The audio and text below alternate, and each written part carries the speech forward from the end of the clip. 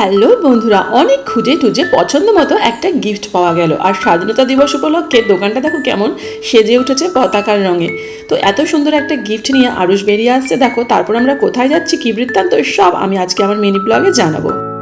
সেদিন ছিল চিনির জন্মদিন আর বাচ্চারা গিফট নিয়ে মহানন্দে এগিয়ে চলেছে।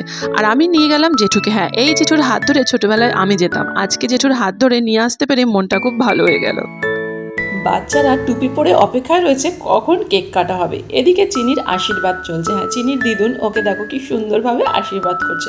ওয়াও, কেকটা দেখো কি অপূর্ব, আর ঘরটাও দারুণ সাজানো হয়েছিল। আর পাড়ার বৌদিরা দেখো কেমন চিয়ার আপ করছে ভিডিওতে।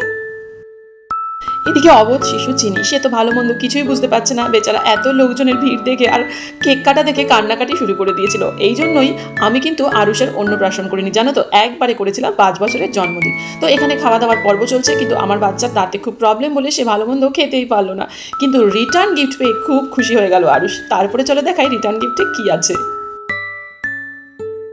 বন্ধুরা, চিনির বার্থডেতে যে রিটার্ন গিফটটা পাওয়া গেল সেটা আমরা খুলে দেখলাম, এবং তার মধ্যে জানো কি কি আছে?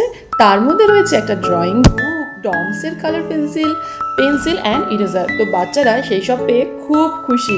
তো বন্ধুরা, এই গেল আজকে জন্মদিনের একটা মিনি ব্লগ। তো আমার লাইফস্টাইলটা যেটা দেখছো তারা প্লিজ একটা লাইক করে দিও, আর কমেন্ট করে জানিও চিনিকে হ্যাপি বার্থডে। তো মিষ্টি চিনির হ্যাপি বার্থডে আমরা খুব সুন্দর করে কাটালাম। দেখা হবে তোমাদের সাথে পরের মিনি ব্লগে। ততদিন পর্যন্ত আমার ভিডিওগুলো কিন্তু একদম মিস করো না। বাই।